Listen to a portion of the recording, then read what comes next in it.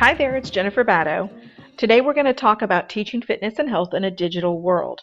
This was a presentation that Krystal, Martell, and I put on about a week ago or so for eDynamic Learning and their online conference that had a lot to do with moving classrooms online and the process of teaching everything online after the COVID pandemic kind of made most of the schools switch that information online.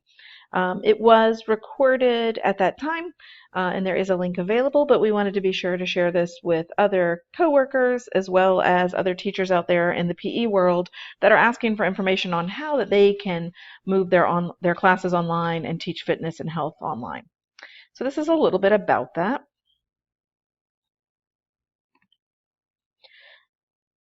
Again, the biggest issue that comes up over and over with taking PE online is how do you hold students accountable? So we do talk about ways to engage fitness tracking with students, and we're going to talk about some different online resources and give you some ideas there. So again, this is Krystal and myself, Jennifer, and we are both online teachers with Orange County Virtual School. We have both taught for a number of years in the online platform as well as in the classroom, and have lots of tips and ideas to share with you on how to implement this. So the first thing is check out your options. Check in with the groups of teachers on Facebook, Twitter, and Instagram to find and share resources. There are so many teachers out there sharing their information, and it is a great resource for everyone. A lot of times you don't have to reinvent the wheel, or those teachers are sharing material. They're also giving you ideas on how to reach out to your students. So some of my favorite ones right now are on Facebook is the online school closure educator support for PE. That has been a fabulous one for PE folks. Joe Wicks is there with his daily workouts. Lots of other people are making specific material for different grade levels for teaching PE, so tons of information shared here. Global Educator Collective also has tons of information. When I looked yesterday, they even divided it into units. They have ideas for celebrating end of the year, celebrating seniors, Bitmoji classrooms. I have videos on that as well. So there's tons of information there. And then you also have amazing educational resources is another Facebook page to look at. And if you want to follow along on Instagram or Twitter, some of the hashtags that a lot of the teachers are using are remote learning, remote teaching, and online teacher. So you can find a lot of things there as well. So make sure that you're looking to see what's out there. Next, we want to talk about evaluating the tools and planning your approach. So a lot of frustration that I have heard from some of the teachers and from parents is the fifth grade class is using 52 different platforms and it's too confusing. So creating a team approach, whether it's your school or your grade level, will greatly help success with your students as well as your parents trying to monitor things from home. So if your whole grade level and your whole school is using one LMS, it's going to be better than using multiple. Most schools typically are using Google Classrooms or Canvas. It just kind of depends what your school has and if you already had anything in place. But if you're using Kahoots and the other teacher's using Nearpods and this teacher's using Canvas quizzes and all these different things, the kids can get a little scattered in trying to create them and figure out what to do. So help them out by keeping that interesting and keeping it consistent. These are just a few of the tools that are out there. You can use YouTube videos. You can record yourself just like this and post it to YouTube and send your kids the lesson. You can give them the lesson first and ask for questions. You can go over common questions and mistakes and confusing things that they might find. Pear Deck and Nearpod are great tools. They work in a similar way, but a little bit different as well. You can make interactive assignments. You can create Kahoots. You can use Brain Pop for quizzes and lessons. You can use Canva to make everything just a little bit prettier. Vocabulary for vocabulary uses, Quizlet for those quizzes too. So there's tons of tools out there. Find out what your school has access to. Some of these have free access right now because of the pandemic, and some of them are always free. The TED Talks have been fabulous in our online classes because the kids watch the TED Talk and then we ask questions about it after. So it really engages them. And we do discussion-based assessments, which is a DBA, and that's a phone call where we talk to the student, or it can be online in like Zoom or a classroom, big blue button. We talk to the students and we find out what they're learning, what they're enjoying learning, what they have questions about. TED Talks comes up a lot. They really like some of the material and they learn a lot from that. The next thing is the fitness and health in the online classroom. So how are you going to bring these things to your classroom? YouTube. YouTube has tons and tons of information up there that is perfect for sharing.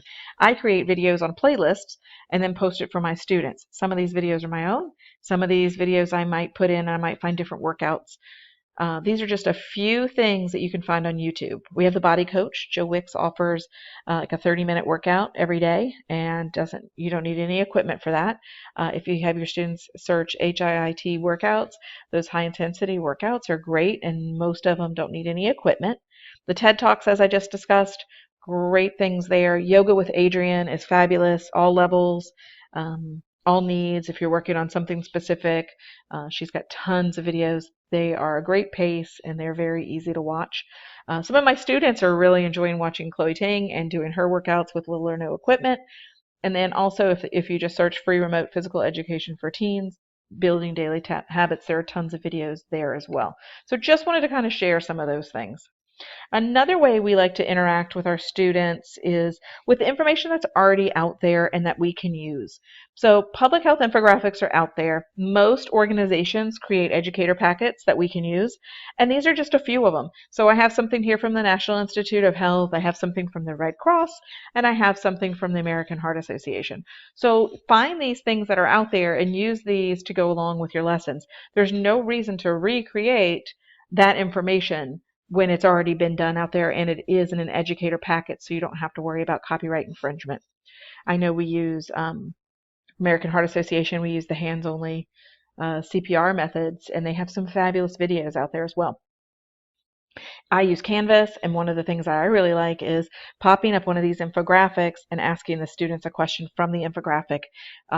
It might be something with a statistic, and I ask them to click in a certain section where that statistic is mentioned. So they have to look, they have to read the material, they have to work with an infographic and figure it out. So it's a great skill to have, and it also gets them involved, and it's not looking at a textbook page. Everybody has standards that they have to teach. You have health and fitness lesson ideas that are already out there in your lesson plans. Moving them online is just a little bit trickier sometimes, but here are just a few.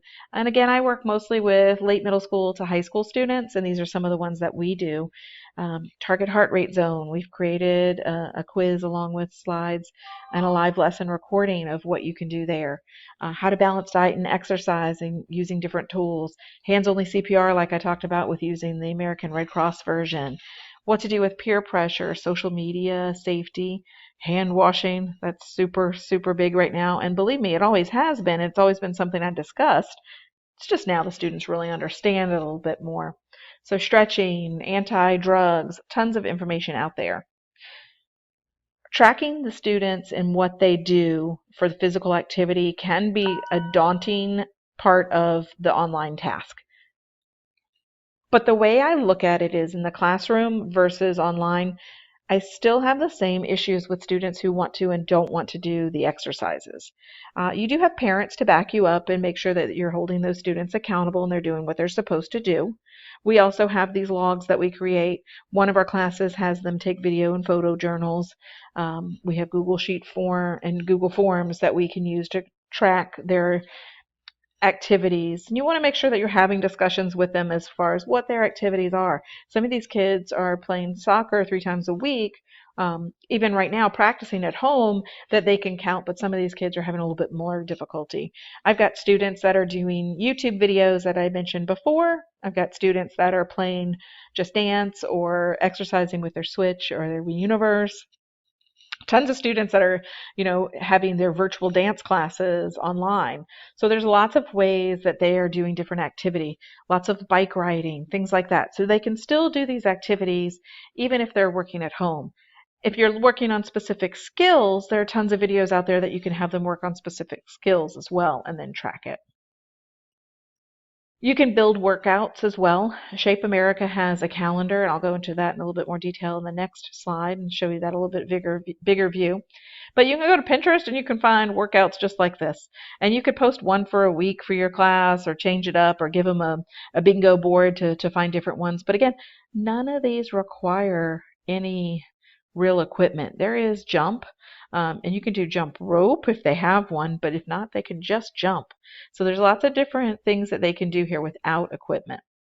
Shape America, this is that big calendar. They actually have all this information out there. Here's the May 2020 calendar, and it's got different things that you can work on every single day. So here is Shape sharing this resource with you for teaching. So you've got great activities here, and then there's more information at the bottom. So if you have not joined Shape America, find them online, find them on Facebook, and get in there and get some of that information that's already there. You don't have to recreate the wheel. Next up, let's talk a little bit about Nearpod. I have another video out there about virtual PE that we actually presented in a Nearpod, so you can kind of take a look at that and see what using Google Slides to teach a Nearpod would look like. I am a Nearpod certified educator. It is very easy to do, and Nearpod is very easy to work with, especially if you've ever worked with Google Slides because of the add-on. So there's some great things out there. You can see here I have a lesson for hands-only CPR that I created, but there's tons of things that are already out there, and it depends on your membership level and your package level of what your district buys in. But again, during the COVID everything, they are offering some free memberships for teachers as well. You might get so hooked that you ask your district to provide it for the next school year. They have a lot of SEL, the social emotional learning activities. I also teach a peer counseling class, and we heavily use these in there. There's different skill sets, different things that you can use. I've done this sugar regulation one live in my lab class, and it brought up a whole lot of conversation. The kids really enjoy working with Nearpods. They like responding in the Nearpods. And then you can even have some fun things. There's some Nearpod VRs. There's also Nearpod field trips. There's new information on the coronavirus. So if you're looking for materials, make sure that you consider Nearpod. MyFitnessPal is another source that we like to use in our course. Kids don't have to create an account in order to look up the basic information here, but you certainly can. You can have them create an account and track their information. It is a nice way to look at balancing diet and exercise. It's also a great skill for students to perhaps create a menu plan for their family as an assignment. They can also create a workout plan based on a specific client and pretend they're a personal trainer. So on this section, they can do calories burned from exercise by searching up that and the information. And on this side, they can do, if they click on the food tab, exercise tab here, food tab here, they can find out calories in meals and meal planning. It's a great tool. It is sponsored by Under Armour, and it is probably one of my favorite tools out there. We would be remiss if we didn't include adaptive PE. Adaptive, of course, it can mean anything, and every student can be at a different level no matter what. There are tons of ideas out there that you can use. There's YouTube has a channel for exercise videos for people with intellectual and physical disabilities. There are chair exercises that can be done. I've had students who were quadriplegic, and she still managed because she had enough mobility that she was playing Special Olympics basketball, and she would try to do her push-ups because she had enough muscle there to work with that. It just depends on your student. This is where I say talk to your students, see what they need, find some different resources. There's tons of information out there. You just have to look for it, and you don't always have to recreate the wheel. Interacting with students is another huge part. A lot of teachers miss that interaction with their students when they jump online. They miss you. You miss them. It's going to happen. You've got to find those ways to meet them in the middle. I miss my students, and I only saw them about once a week, and it's really strange, but I love when they actually answer the phone when I call them. I'll send them little videos back and forth on Snapchat. Not on Snapchat, but I will send them the video in my text. I don't very careful about what I connect with students on, just to make sure that I'm meeting my district requirements and keeping safe that way as well. But here are some different tools. Screencastify and Screencast-O-Matic. They both have free versions, but they also have versions for educators during the pandemic as well. Super easy to record screens just like I'm doing now. Google Voice is a super tool as well, so you don't have to give your home phone number out or your personal cell phone number out to students, and you can text from it and you can use it on the computer. It also gives you some tracking, so if you're having difficulty and they're saying that you're not able to reach a student and you have tried and tried, it gives you that backup. But also it's a neat way to interact with the students and be able to text them The great feature of it, it has a do not disturb, because I promise you, you will get, and I still do, 2 a.m. text messages and phone calls, 4 a.m. So you can turn it off so you're not getting disturbed by those. Zoom's another platform that's been out there a lot. I know there's been a lot of up and down with whether people are allowed to use it because of some security issues. But if you have a password and you're using waiting rooms, your security level goes up just from there. But I'm sure your district has something that you can use to meet with students. So back to that, using different ways to reach our students. Both Krystal and I really like to kind of make it personal, kind of hit them on their own level, and social media is the way to do that. Again, your district school guidelines might be very different as far as what you can use to interact with students. We personally cannot interact with students directly on social media through Snapchat, Instagram, or Facebook. But it doesn't mean I can't use those tools.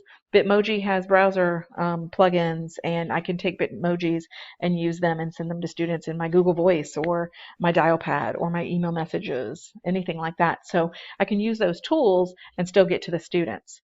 We can also do filters and quick videos and Snapchat and have fun with that, and I can send it out or I can post it on my page. So there's definite ways that you can use some of these fun tools to reach out to your students, show them you're still there, you're a real person. Some of my students I never meet in person, so it's kind of nice to get the videos and kind of put the face with a name, those kind of things. Another big thing right now is creating your Google Bitmoji classroom. This was done in Google Slides. I have a whole nother video explaining how to put this together because after I presented on this, I was asked, how did you do this? There's tons of video tutorials on this right now. If you check my channel, there is one. I've already done like 3 or 4 of these because I can't really decide on exactly which one I want to use, and it's kind of fun to create them. So this would be on my page. This is done through Google Slides. The kids can click on any of these links over here and find out more information.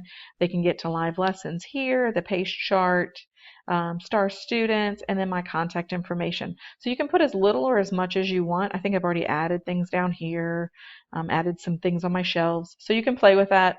You can search Bitmoji for teachers and find so much, as well as on Facebook and on YouTube.